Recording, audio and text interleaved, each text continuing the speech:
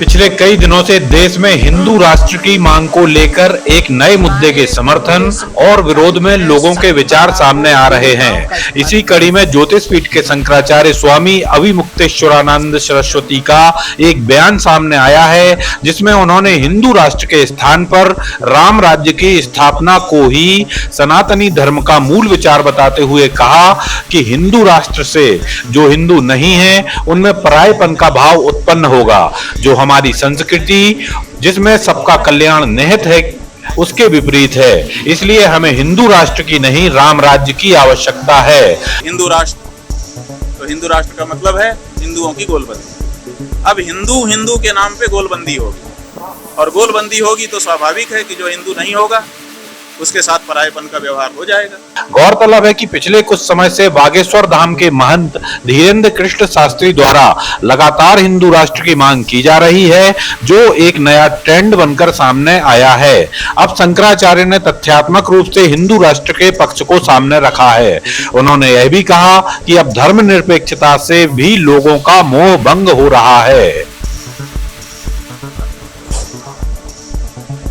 समस्या क्या होती है कि हम लोगों के यहाँ राजनीति है, और राजनीति में गोलबंदी मतलब गोलबंदी ही राजनीति है। बीच में लाइन खींच दी जाती है और हमारी गोल में है कि नहीं है यही देखा जाता है कि ये व्यक्ति हमारे गोल में है कि नहीं है।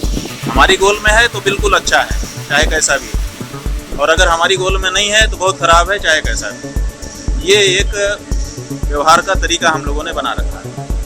तो ऐसी परिस्थिति में जब देश में गोलबंदी ही राजनीति के रूप में ख्यात हो गई हो, राजनीति शब्द जो है वो बहुत ऊंचा है।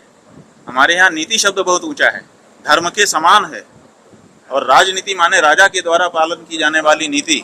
तो अगर जो राजनीति शब्द हमारा है, जो उसको महाभारत में प्रयोग किया गया है, जिसको रामायण में प्रयोग किया गया है, अगर वो राजनीति का शब्द हो तो अलग बात। आजकल तो वो राजनीति है नहीं, आज तो गोलबंदी है, ध्रुवीकरण जिसको कहते हैं। तो ये जो गोलबंदी वाली राजनीति है, इसमें आप एक शब्द लेकर आते हैं कि हिंदू राष्ट्र, तो हिंदू राष्ट्र का मतलब है हिंदुओं की गोलबंदी। अब हिंदू हिंदू के नाम पे गोलबंदी होगी, और गोलबंदी होगी तो स्वाभाविक है कि जो हिंदू नहीं होगा उसके साथ परायेपन का व्यवहार हो जाएगा। समझ रहे हैं कि नहीं? तो हम इस विचार को जब करते हैं तो हमको रोमांच हो जाता है, सिहर उठता है मन, क्योंकि हम लोग इस तरह से व्यवहार नहीं करते।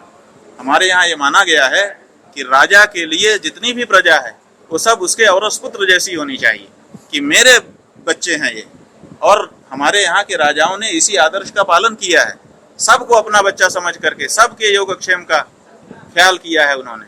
सबका कल्याण कैसे हो, विश्व का कल्याण हो, हम लोग अभी भी नारा लगा रहे हैं। हमारे आचार्यों ने, हमारे राजाओं ने इस आदर्श को स्थापित किया है।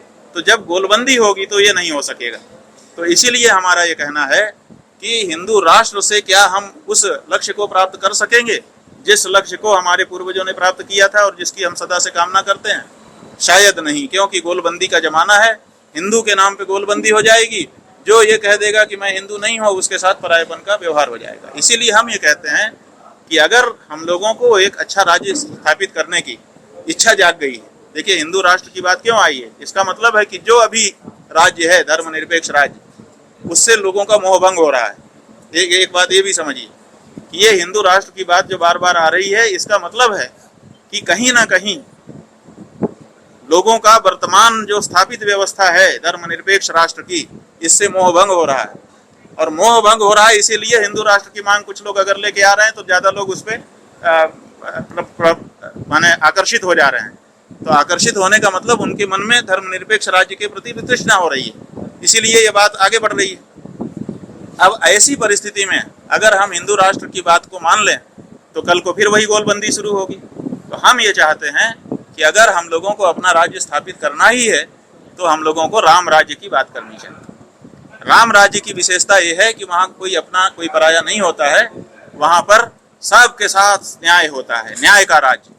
वहाँ पर कुत्ते को भी न्याय मिल जाता है, और जरूरत पड़ती है तो माता सीता को भी राम जी ऋषि के आश्रम में भेज देते हैं, लक्ष्मण को भी मृत्युदंड सुना देते हैं। तो वो जो राज्य था जिसमें भाई भतीजावाद नहीं था, जिसमें जातिवाद नहीं था, जिसमें वर्ग विद्वेष नहीं था, सबके लिए समान न्याय था और न्याय भी तत्काल मिल जाता था। तो ऐसे राज्य की हम कल्पना सदा से करते रहे हैं और ऐसा भी नहीं है कि अब व्यावहारिक है। यही तो देश है जिसमें राम राज्य थे।